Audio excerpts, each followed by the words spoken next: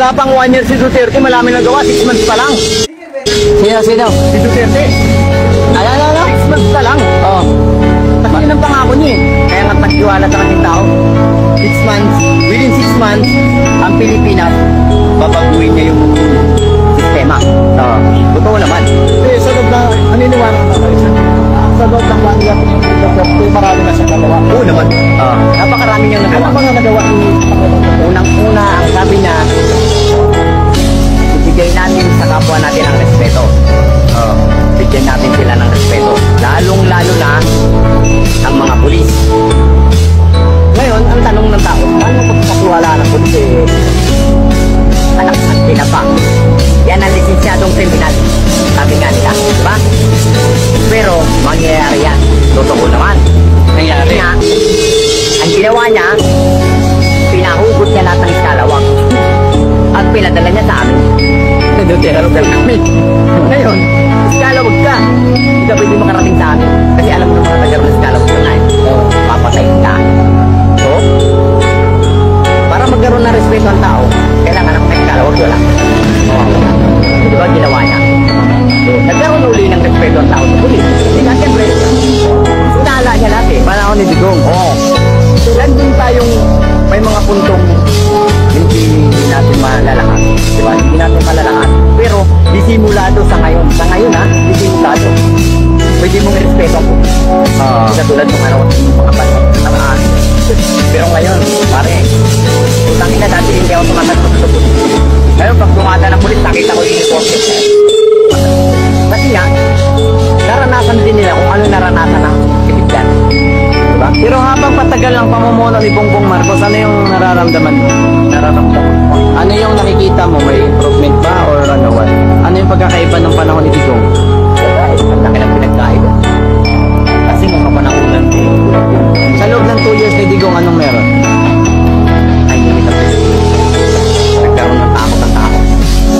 Takot sa sarili na baka pag gumawa ako ng kasalanan, mamamatay ako. Yun. Yun, di ba? Yun yung panahon na sabi nga nila, ikaw na ang pinakamatapang na tao kung gagawa ng kabalbalan sa panahon na Digong. Kasi alam mo sa sarili mo, alam natin lahat na maaaring ikamatay din. Diba? Gawa ka na ng buhay mo. Gawa ka na ng buhay mo.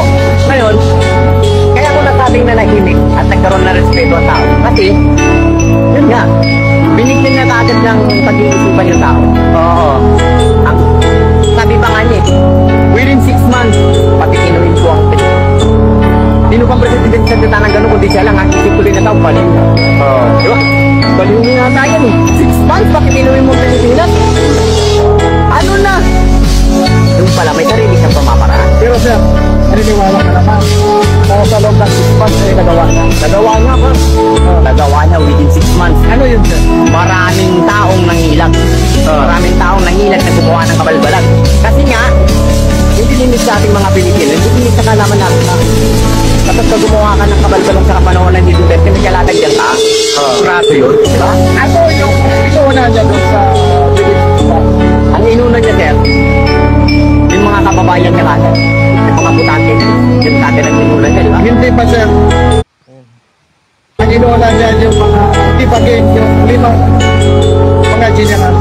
Dito muna nga, yung mga kababayan mo na niya inuna niya, yung mga kung anong problema, di ba? Kasi nga, nararamdaman niya, walang respeto ang tao sa sundalo, sa pulis, di ba? Nasa gobyerno, wala silang respeto. Dati. Dati. Sabihin sir, pinalik niya yung respeto. Yung kagad ang una niyang ginawa, kailangan magkaroon ng respeto ang tao sa kapulisan, kasundaluan, para kahit pa paano, matutog nilang mag-open ng problema. Di ba?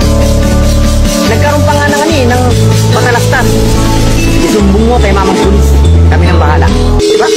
Ngayon, ito sa sistemang yun, nagawa niya ng paraan ng ganong bagay. Kahit matataas na opisyal, nilalatak niya, wala siyang pakailan. Di ba? Samantalang maaari niyang ikapahamak. Pero ginawa niya ng paraan.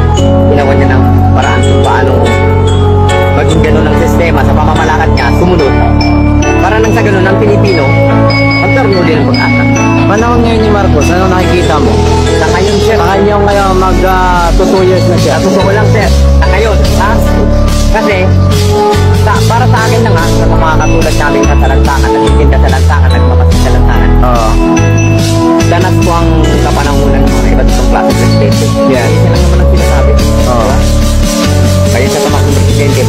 kapakanan ng Pilipino. Yes. Natupad yun sa salita ni Duterte. Oo, Kapanahon nga ngayon, na wala na si Duterte, para sa akin na hindi ko alam kung anong iisipin ng iba. Para sa akin lang, oo. wala akong nararamdamang pagbabago. Bumalik siya sa dati. Bumalik sa panahon ng Kapanahonan ng ibang presidente. hindi kay Duterte. Diba? Bumalik na sa dating kalakaran ng Pilipinas. Hindi sa panahon ni Duterte kasi nung panahon ni Duterte hindi ka pwedeng magsabi. Pero hindi ko pwede ganyan. Bawal yan. Diktat pa. So ngayon, bumalik mo sa ganang klaseng diktat. So maniwala ka sa hindi. Nakaupo ko dito sa gabon. Yan lang sa may gilid. Napapansin ko may nag-aabot na. Oo.